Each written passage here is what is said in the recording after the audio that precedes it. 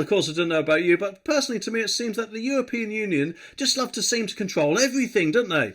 Even for countries such as, I don't know, the UK, who are no longer a member. And their latest brainwave, or report should I say, is a European Parliament report that has claimed that the EU could block Britain from leaving the European Convention on Human Rights. I mean, who the hell do they think they are? No doubt, of course, this is just sour grapes that we left, and they wanted to make it as hard as possible for us, don't they? But at the end of the day, as we're no longer a member, they should have no right at all to dictate to us what we should and shouldn't be doing. I mean, we don't dictate to other countries like America, for example, what things they can join and things like that. And can you imagine the amount of crap that we'd have if we did?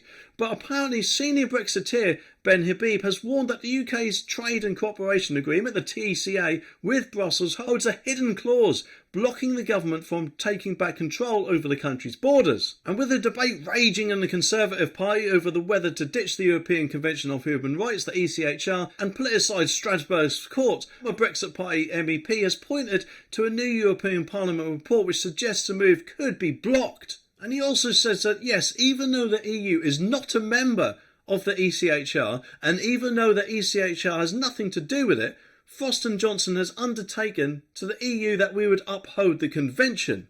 So it's no wonder why Suella Braverman could not set aside even small aspects of it for the Rwanda plan, and the UK apparently is now bound to the ECHR. But he added that the European Court of Human Rights is not just an adjudicator of laws, it makes the law on human rights, guided by a set of broad principles. Ironically, any lawmaking body not subject to a democratic legislator is itself acting in breach of human rights. It now looks like it's going to be a lot harder for us to leave the ECHR than first thought. Although, to be honest, we make our own laws, don't we? So surely you'd think we'd be able to legislate around this, regardless of the agreement that we've got with the EU. Because remember, UK law trumps any foreign law. So hopefully this is not going to be as big problem as what is portrayed here. And if needed, Wishy-Washy and all the other clowns of the circus can just override it and leave the ECHR if that is actually required. To help that is with the small boats problem that we've got. But of course that's not the only problem we seem to be facing, is it? Especially if this video is anything to go by.